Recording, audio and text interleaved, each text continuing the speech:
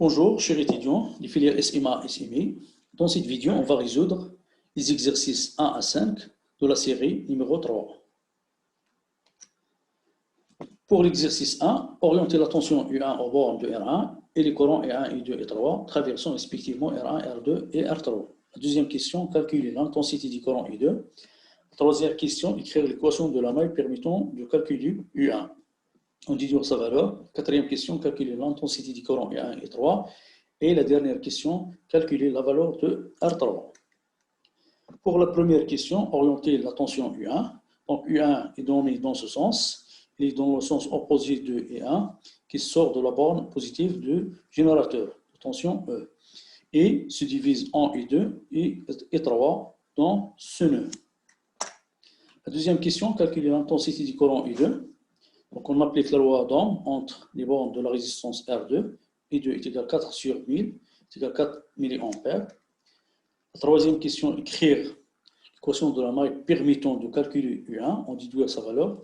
Donc, on va choisir cette maille et le sens de cette flèche qui représente le sens positif de parcours de cette maille qui représente le sens des aiguilles de montre.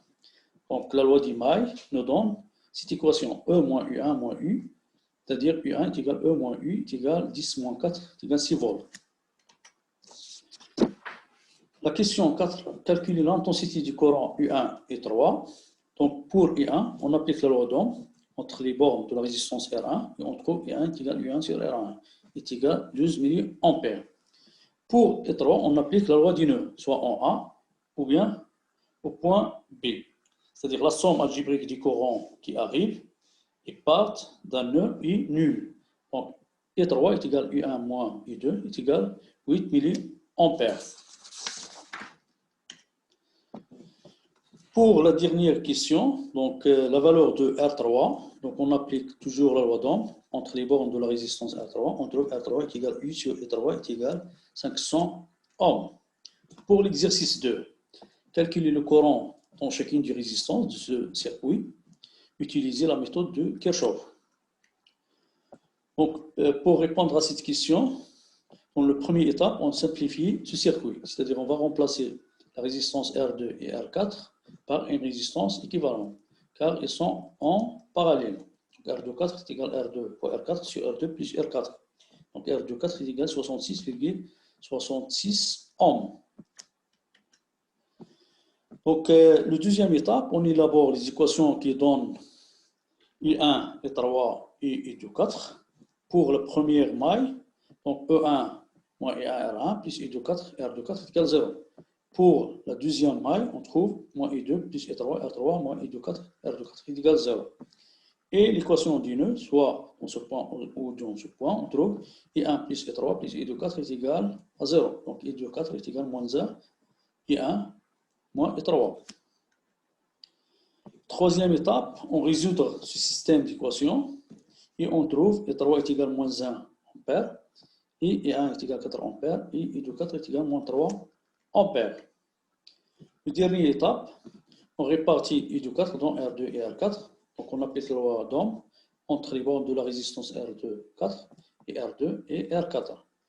Et on cherche la valeur de V24. On applique la loi de maille dans cette maille. On trouve V24 est égal à moins E2 plus R3 et 3 est égal à moins 200 volts. Et on place V24 dans ces expressions et on trouve I2 est égal à moins 2 ampères et I4 est égal à moins 1. Donc voici les valeurs finales de I1, I2, I3 et I4. Dans l'exercice 3, déterminer I1, I2 et I3 en utilisant la méthode de superposition. Dans la deuxième question, déterminer ces courants en utilisant le théorème de Millman. Donc, dans un circuit comportant plusieurs générateurs, la valeur de tension aux bornes d'un des pôles est la somme algébrique des tensions trouvées en ne considérant qu'un générateur à la fois, indépendamment des autres, ceux-ci étant remplacés par court-circuit. Donc, dans la première étape, on élimine E2, on le remplace par un fil électrique. Dans ce cas, on trouve ce schéma équivalent et R1 et R3 sont en parallèle. Donc, on peut remplacer R1 et R3 par une résistance équivalente à est égale à 3,33 ohms. Et on calcule le courant I1' principal dans ce circuit et on trouve U'1 est égal à E1 sur R1 plus R équivalent par la loi de Pouilly, donc est égal à 0,55 ampères. Et pour calculer U2', donc on calcule la tension UAB, donc est égal R équivalent 1 fois U'1, et on trouve est égal à 1,83 volts. Donc UAB est égal à R2 U'2 est égal, donc implique que U'2 est égal à 0,18 ampères. Et pour U'3, on applique la loi du nœud, soit au point A, soit au point B. Et on trouve U'3 est égal à U'1 moins U'2 est égal à 0,37 ampères. Dans la deuxième étape, on élimine E1 et on remplace R1 et R3 par une résistance équivalente 2, est égal à 3,75 ohms. Et on calcule le courant principal I 2 secondes par la loi de Pouilly. Et on trouve I seconde 2 est égal à moins 0,36 ampères. Et pour calculer I seconde 1, on calcule la tension UAP qui est égale à moins R équivalent 2 fois I seconde 2 est égal à moins 1,35 volts. Et pour I seconde 3, on applique la loi du nœud, soit au point A ou bien au point B, et on trouve I seconde 3 est égal à I seconde 1 moins I seconde 2 est égal à 0,27 ampères. Dans la troisième étape, on additionne les valeurs trouvées dans les deux étapes précédentes. I1 est égal à I'1, puis I seconde 1 est égal à 0,46 ampères. Et I2 est égal à moins 0,18 ampères. Et 3 est égal à 0,64 ampères. Pour la deuxième question, déterminer ce courant en utilisant le théorème de Millman. Donc, dans un réseau électrique de branches en parallèle, comprenant chacun un générateur de tension parfait, en série avec éléments linéaires, la tension au bord des branches est donnée par cette formule. Donc, V est égal à la somme de EI sur RI sur la somme de 1 sur RI. Dans cet exercice, on calcule la différence de potentiel au bord de AB. Donc, UAB est égal à 1 sur R1 plus 0 sur R3. Il n'y a pas de tension de générateur plus E2 sur R2 sur 1 sur R1 plus 1 sur R2 plus 1 sur R3 est égal à 3,19 volts. En considérant chaque branche toute seule, on peut déduire que UAB est égal à R3 fois E3. Pour calculer E3, donc on trouve E3 est égal à 0,638. Et pour E1, on applique la loi de Maille. Donc UAB est égal à R1 et 1. Donc E1 est égal à 0,454 ampères. Et pour cette maille, on trouve UAB est égal à E2 plus R2, I2. Et I2 est égal à moins 0,181 ampères. Pour l'exercice 4, déterminer les paramètres de Thevenin du circuit suivant vu l'axe AB.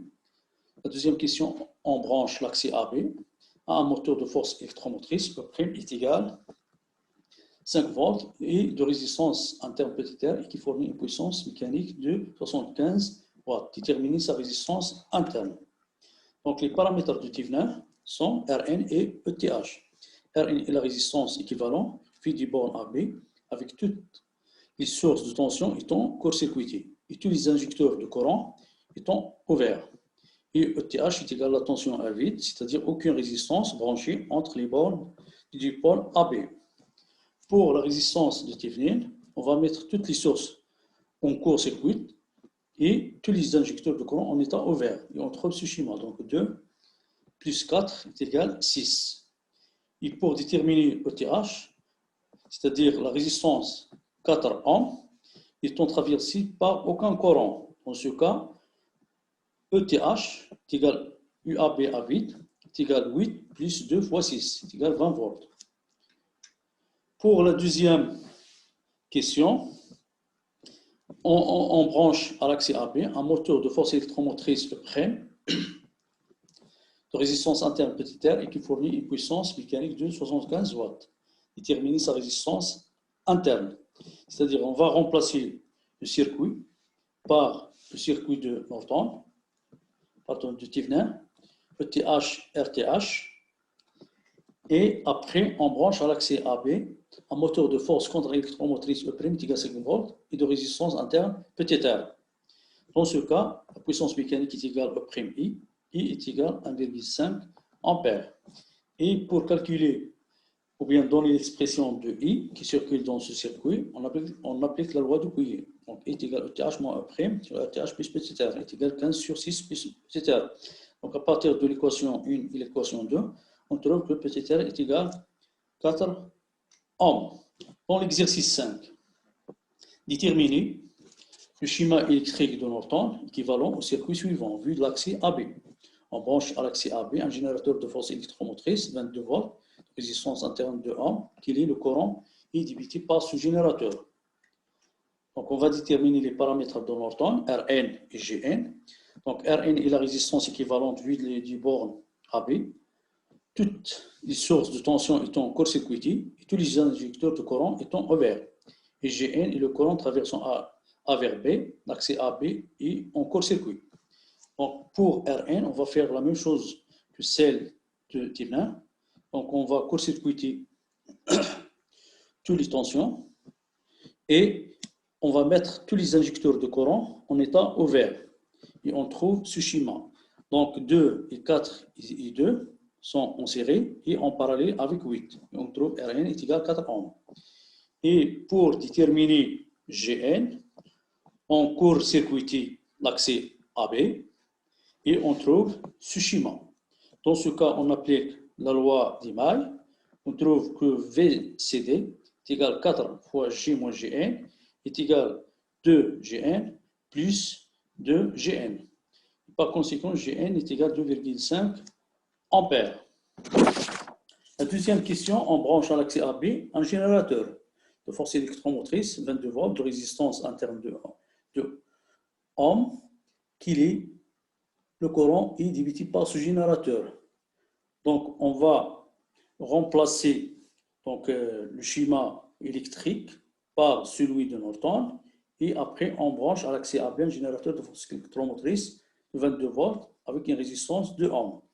Donc, on applique la loi de maille sur cette maille. On trouve E moins RI est égal à 4 fois Gn plus I.